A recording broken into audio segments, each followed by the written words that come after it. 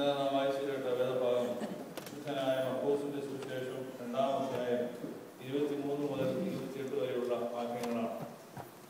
യേശുവരാൻ ഒരു വയലിലൂടെ സഞ്ചരിച്ച അവസരത്തിൽ യേശുവിന്റെ കൂടെ സഞ്ചരിച്ച ശിഷ്യ സമൂഹം കതിരുകൾ ഊരിയെടുത്തുകൊണ്ടിരുന്ന ആ അവസരത്തിൽ പരീശന്മാർ അവനോട് ചോദിച്ചു, നോക്കുക, ഇവർ ശാബത്തിൽ വിഹിതമല്ലാതെ ചെയ്തത് എന്ത്? യേശു അവരോട് പറഞ്ഞു, ദാവീദും കൂടെയുള്ളവരും വിശന്ന് വരഞ്ഞപ്പോൾ ചെയ്തതെന്ന് നിങ്ങൾ ഒരിക്കലും വായിച്ചിട്ടില്ലയോ? അവൻ അബ്യാഥാർ പ്രധാനാചാര്യനായിരുന്ന കാലത്ത് ദൈവഭവനത്തിൽ പ്രവേശിക്കുകയും പുരോഹിതന്മാർക്കല്ലാതെ മറ്റാർക്കും ഭക്ഷിക്കുവാൻ അവകാശമില്ലാത്ത കാഴ്ചയപ്പം എടുത്ത് സ്വയം ഭക്ഷിക്കുകയും കൂടെ ഉണ്ടായിരുന്നവർക്ക് കൊടുക്കുകയും ചെയ്തില്ലയോ? ശാബത്ത് മനുഷ്യനായിട്ടാണ്, മനുഷ്യൻ ശാബത്തിന് വേണ്ടിയല്ല. അതുകൊണ്ട് മനുഷ്യപുത്രൻ ശാബത്തിന്റെയും കർത്താവാകുന്നു എന്ന് യേശു അവിടെ പരീശന്മാരോട് മറുപടി നൽകുന്ന ഒരു സുന്ദരമായ സന്ദർഭമാണ് നാം വായിച്ചത്. മനുഷ്യ സമൂഹത്തിൽ അവന്റെ ചരിത്രപരമായ വളർച്ച പരിശോധിക്കുമ്പോൾ ഒരു പ്രിമിറ്റീവ് സൊസൈറ്റിയിൽ നിന്ന് വളരെ സിവിലൈസ്ഡ് സൊസൈറ്റി എന്ന നിലയിൽ മനുഷ്യൻ വളരുന്നതിനോടനുബന്ധിച്ച് വളരെ പ്രിമിറ്റീവ് റിലീജിയനും അതുപോലെ തന്നെ സിവിലൈസ്ഡ് റിലീജിയനും നമുക്ക് മനുഷ്യന്റെ ചരിത്രപരമായ വളർച്ചയിൽ കാണുവാൻ സാധിക്കും. പ്രിമിറ്റീവ് സമൂഹങ്ങൾ നമുക്കറിയാം, വളരെ ട്രൈബൽ അല്ലെങ്കിൽ ആദിവാസി ദളിത് സമൂഹങ്ങൾ എന്ന് നാം വിവക്ഷിക്കുന്ന ഒരു സമൂഹമാണ്. ലോകമെങ്ങും പരിശോധിക്കുമ്പോൾ പ്രിമിറ്റീവ് കമ്മ്യൂണിറ്റിയുടെ സ്വഭാവ സവിശേഷതകൾ നമുക്ക് ഏവർക്കും അറിയാവുന്ന കാര്യമാണ്. എന്തിനേറെ ഏറ്റവും അധികം സംസ്കാര സമ്പന്നത ഉണ്ട് എന്ന് കരുതുന്ന അമേരിക്കയിൽ പോലും പ്രിമിറ്റീവ് കമ്മ്യൂണിറ്റി ഇന്നും ജീവിച്ചിരിക്കുന്നു എന്നുള്ളത് ഒരു വാസ്തവമാണ്. അപ്പോൾ ഇങ്ങനെ പ്രിമിറ്റീവായ ഒരു സമൂഹം മുതൽ വളരെ സിവിലൈസ്ഡ് ആയിട്ടുള്ള ക്രിസ്ത്യൻ, എബ്രായ അല്ലെങ്കിൽ ഹീബ്രു അല്ലെങ്കിൽ മുസ്ലിം സമൂഹങ്ങളൊക്കെ അല്ലെങ്കിൽ ആ മതസമൂഹങ്ങൾ പരിശോധിക്കുമ്പോഴും അതിന്റെ വളർച്ചയുടെ ഓരോ പരിണാമഘട്ടങ്ങളിലും ഈ ഒരു വാക്യം നാം പരിശോധിക്കേണ്ടതാണ്. ശാബത്ത് എന്ന് പറയുന്നത് ദൈവം മതപരമായ ഒരു വിശ്രമത്തിന് വേണ്ടി ദൈവം മനുഷ്യന് നൽകി എന്ന് നമുക്ക് കാണുമ്പോൾ, കേവലം ദൈവത്തിന്റെ സൃഷ്ടിയുടെ 6 ദിവസത്തിന് ശേഷം ദൈവം വിശ്രമിച്ചു, ആ ദിവസം നിങ്ങൾ ശാബത്തായി ആരാധനയ്ക്ക് വേണ്ടി വേർതിരിക്കണമെന്ന് എബ്രായ പാരമ്പര്യത്തിൽ ഹീബ്രു കമ്മ്യൂണിറ്റിയിൽ നാം കാണുന്ന ഒരു കാര്യമാണ്.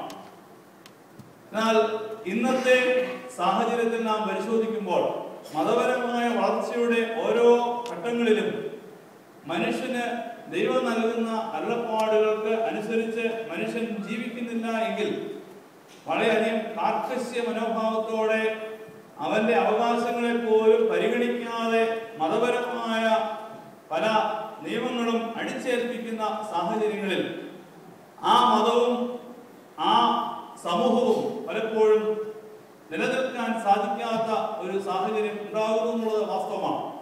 ബ്രാഹ്മണ സമൂഹങ്ങളിൽ പൂണൂല് ധരിക്കുകയും ഇത്രമാത്രം ആധ്യാത്മിക ജീവിതത്തിന് അനുസൃതമായി ജീവിക്കണമെന്ന് ബ്രാഹ്മണന്മാർ മറ്റുള്ളവരെ പഠിപ്പിക്കുകയും ചെയ്ത ചാതുർവർണ്ണ്യം അല്ലെങ്കിൽ 4 ജാതി വ്യവസ്ഥകൾ അവന്റെ നിലനിൽപ്പിന് വേണ്ടിയും ബ്രാഹ്മണന്റെ നിലനിൽപ്പിന് വേണ്ടിയും ക്ഷത്രിയന്റെ മാത്രം അവകാശം പരിഗണിക്കുകയും ശൂദ്രനും അവശനും അല്ലെങ്കിൽ അങ്ങനെയുള്ള വൈശ്യനും യാതൊരു തരത്തിലുള്ള സാധ്യതയും അവന് നൽകാതിരിക്കുകയും ചെയ്യുന്ന മനുഷ്യത്വം നിഷേധിക്കുന്ന ഒരു സമൂഹമായി ബ്രാഹ്മണന്മാർ അധപ്പതിക്കുകയും ചെയ്ത സാഹചര്യത്തിൽ ഭാരതത്തിൽ ബ്രാഹ്മണ സമൂഹം നശിച്ചുപോയി.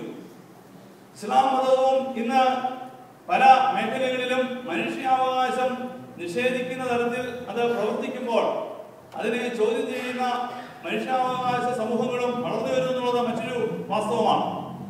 മതപരമായ മനുഷ്യന്റെ ജീവിതത്തിൽ മനുഷ്യാവകാശം നഷ്ടപ്പെടുന്നുണ്ടെങ്കിൽ അത് അപകടകരമാണ്. ഏത് മതവും അതിന്റെ വളർച്ചയുടെ ഓരോ പരിണാമഘട്ടങ്ങളിലും അവന്റെ സാഹചര്യവും അവന്റെ സിറ്റുവേഷൻ അല്ലെങ്കിൽ അവന്റെ കോണ്ടെക്സ്റ്റ് മനസ്സിലാക്കി പ്രവർത്തിക്കാൻ സാധിക്കാതെ വരുമ്പോൾ അതൊരിക്കലും ആ മതത്തിന്റെ വളർച്ചയ്ക്കും നിലനിൽപ്പിനും ഉതകുന്നതല്ല എന്ന് നാം മനസ്സിലാക്കേണ്ട ഒരു കാര്യമാണ്. ഓർത്തഡോക്സി എന്ന ഒരു വാക്യം അല്ലെങ്കിൽ ഒരു പദം നമുക്ക് പലപ്പോഴും ഓർത്തഡോക്സ് എന്ന പദം വളരെ കൺസർവേറ്റീവ് എന്ന നിലയിലാണ് നാം പലപ്പോഴും കാണുന്നത്. ഇവിടേക്ക് നാം വരുമ്പോൾ ഓർത്തഡോക്സ് സ്ട്രീറ്റ് നാം കാണും. വളരെ സന്തോഷം തോന്നും. നമ്മുടെ സമൂഹത്തിന്റെ നാമത്തിൽ ഒരു ചെറിയ ഒരു വഴി നാം കാണുകയാണ്. ഓർത്തഡോക്സ് എന്ന വാക്യത്തിന്റെ അർത്ഥം പലപ്പോഴും നാം അഭിമാനം കൊള്ളുന്ന തരത്തിൽ വളരെ യാഥാസ്ഥിതിക വ്യവസ്ഥകൾ നിലനിർത്തുന്ന സമൂഹത്തിന്റെ എല്ലാവിധമായ മതപരമായ എല്ലാ നൂലാമാലകളും പിടിച്ചു പറ്റുന്ന ഒരു സംവിധാനം എന്ന നിലയിൽ മാത്രം കാണുന്ന ഒരു സാഹചര്യം അപകടകരമാണ്.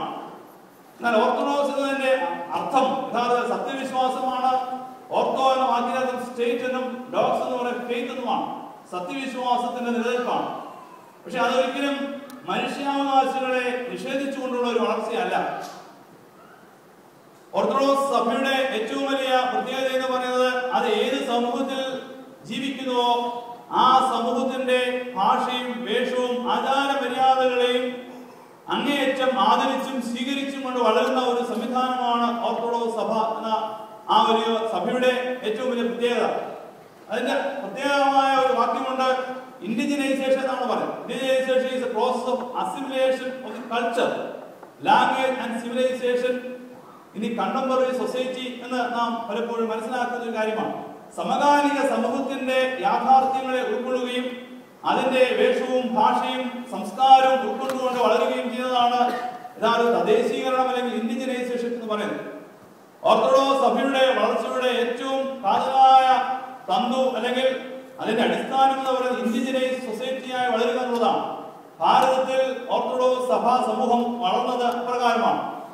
നാം ഇവിടെ ഉപയോഗിക്കുന്ന വിളക്കും നമ്മുടെ പ്രദർശനവും നമ്മുടെ ആചാര മര്യാദകളും ഒക്കെ മിന്നുകെട്ടും അങ്ങനെയുള്ള ധാരാളം കാര്യങ്ങൾ ഭാരത സമൂഹത്തിന്റെ സംവിധാനങ്ങളെ ഉപയോഗിച്ചും അതിനെ ആദരിച്ചും അതിനെ ഉൾക്കൊണ്ടുകൊണ്ട് വളർന്ന ഒരു സമൂഹമാണ്. അതുകൊണ്ട് സഭയുടെ വളർച്ചയിൽ, മതപരമായ വളർച്ചയിൽ അതാത് സംസ്കാരത്തെയും അതാത് ദേശത്തെയും ഉൾക്കൊണ്ട് വളരുക എന്നുള്ളത് സഭയുടെ അടിസ്ഥാനപരമായ വളർച്ചയുടെ ലക്ഷ്യബോധമായിരിക്കണം. അതോടൊപ്പം തന്നെ മനുഷ്യന്റെ അവകാശത്തെ ഒരിക്കലും നിഷേധിക്കുവാൻ സഭ അല്ലെങ്കിൽ ദൈവം നമ്മെ പഠിപ്പിക്കുന്നില്ല.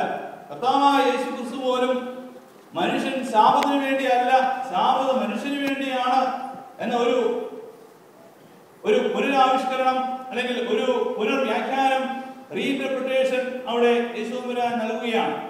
അതുകൊണ്ട് അതിന്റെ അർത്ഥവും ആഴവും നാം ഒരിക്കലും വിസ്മരിക്കുവാൻ പാടില്ല. അതുകൊണ്ട് സഭയുടെ വളർച്ചയിൽ നിയമങ്ങളും സംവിധാനങ്ങളും സഭയ്ക്ക് ആവശ്യമാണ്. ഒരു സഭയുടെ വളർച്ചയ്ക്ക് നിയമവും സംവിധാനവും ഏറ്റവും അനിവാര്യമാണ്. പക്ഷെ ആ നിയമങ്ങളുടെ ഉള്ളിൽ വിധവയുടെ ചെല്ലിക്കാശ് പരിഗണിക്കാതെയും പാവപ്പെട്ടവന്റെ യാതനകൾ നിഷേധിച്ചും സഭ വളരുന്നുവെങ്കിൽ, സമൂഹം വളരുന്നുവെങ്കിൽ അതിലൊരിക്കലും വളർച്ച ഉണ്ടാവുകയില്ല. അത് നാശത്തിലേക്കുള്ള ഒരു യാത്രയാണ് എന്നുള്ളത് ഒരു തിരിച്ചറിവ് നമുക്ക് അനിവാര്യമാണ്. യഹൂദ സമൂഹം 10 കൽപ്പനകൾക്ക് ഉപരിയായി 616 കൽപ്പനകൾ അവന്റെ ഓരോ മേഖലകളിലും അവൻ ഉണ്ടാക്കിയിട്ടുണ്ട്.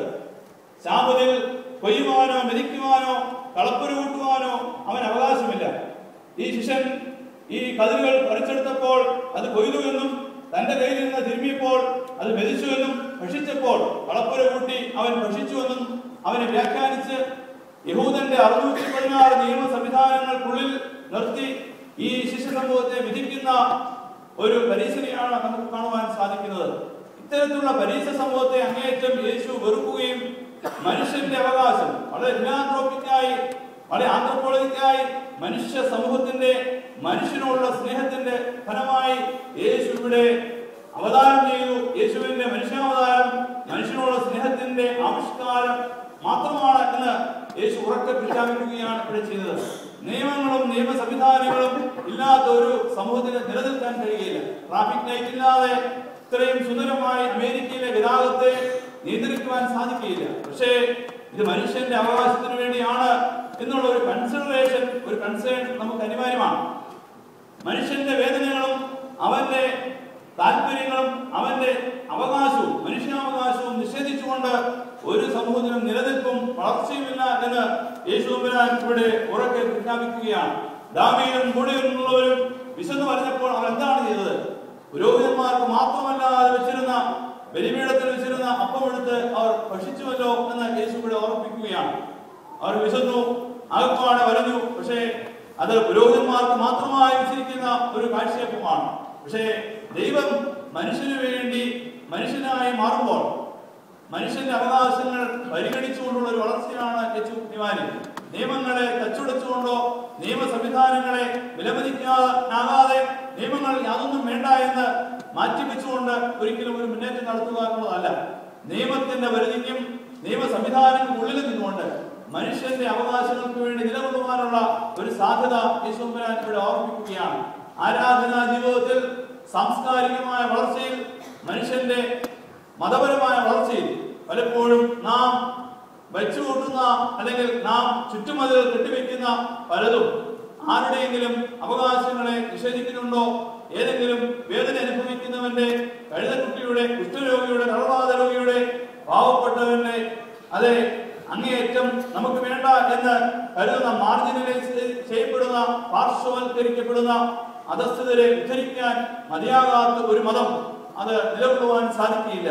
എല്ലാവരുടെയും വിമോചനത്തിന് വേണ്ടിയാണ് താൻ ഇവിടെ വന്നത് എന്ന് ഓർമ്മിപ്പിച്ചുകൊണ്ട് അവരെ ഈ ദൈവസ്നേഹത്തിന്റെ ആ പൂർണ്ണമായ അർത്ഥത്തിലേക്ക് ദൈവം മാടി വിളിക്കുകയാണ്. അതുകൊണ്ട് നാം ഉയർത്തുന്ന സഭയുടെ കൊടികൾ നാം പലപ്പോഴും ഉയർത്തുമ്പോൾ, സഭയുടെ സംവിധാനങ്ങളെ നാം വിട്ടുപിടിയുമ്പോൾ, മതപരമായ ജീവിതം നമ്മുടെ ഭവനത്തിൽ ഉൾപ്പെടുത്തുമ്പോൾ, ആരാധനാ ജീവിതത്തിൽ നാം ഉൾപ്പെടുത്തുമ്പോൾ, ഇവിടെയൊക്കെ സ്നേഹത്തിന്റെ, മനുഷ്യാവകാശത്തിന്റെ, മനുഷ്യന്റെ അവനും ജീവിക്കുവാൻ അവകാശമുണ്ട് എന്നുള്ള ആ പരിഗണന ഒരിക്കലും നിഷേധിച്ചുകൊണ്ട് വളരുവാൻ പാടില്ല എന്ന് യേശുമ്പരാൻ ഓർമ്മിപ്പിക്കുകയാണ്. സ്നേഹത്തിന്റെയും കരുണയുടെയും അനുകമ്പയുടെയും അനുഭവത്തിലേക്ക് വളരുവാൻ ദൈവത്തിന്റെ പരിശുദ്ധാത്മാവ് നമ്മെ സഹായിക്കട്ടെ എന്ന് പ്രാർത്ഥിച്ചുകൊണ്ട് എന്റെ വാക്കുകൾ ഉപസംഹരിക്കുന്നു. ദൈവം നമ്മെ അനുഗ്രഹിക്കട്ടെ.